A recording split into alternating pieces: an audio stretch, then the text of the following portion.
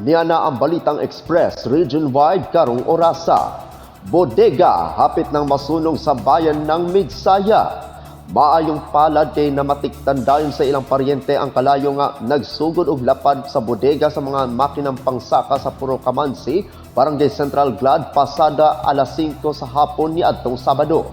Sumala sa pamilyang papelera, tag-iya sa maong bodega, gilayon silang mitawag sa Bureau of Fire Protection Midsaya. Samtang naghulat sa pag-abot sa mga bumbero, ilang gisugdan ang pagpalong sa kalayo uban sa tabang sa mga tawo nga miabot, busa wala na kini mikatag. Duha ka fire truck o hydrant gikan sa BFP Midsayap ang mitubag sa maong tawag.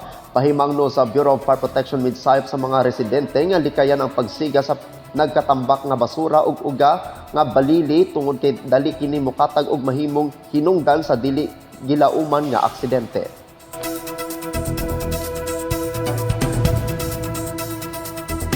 Samtang 28 ka motorsiklo, 4 ka tricycle ug 5 ka salakyan gidakpan tungod sa drug racing. Miabot sa 28 ka motorsiklo, 4 ka tricycle ug 5 ka salakyan ang nadakpan tungod sa ilang kalambigitan sa illegal drug racing o paggamit sa modified mufflers o bora-bora. Ipahigayon ang operasyon alas 12:30 sa kaadlawon gikan sa Barangay Presbitero, Pigkawayan, hangtod sa Barangay Batyokan, Libungan sa Cotabato. Magkahiusa nga nagpatuman ang operasyon ang Libungan PNP, Pigkawayan PNP, Highway Patrol Group, Midsayap ug ang Army.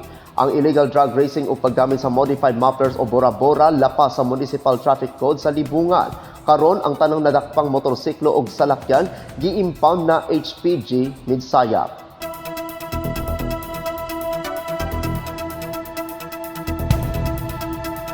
At ang iyang uban pa mga balita unya sa alas 9:30 sa gabi sa Weekend News.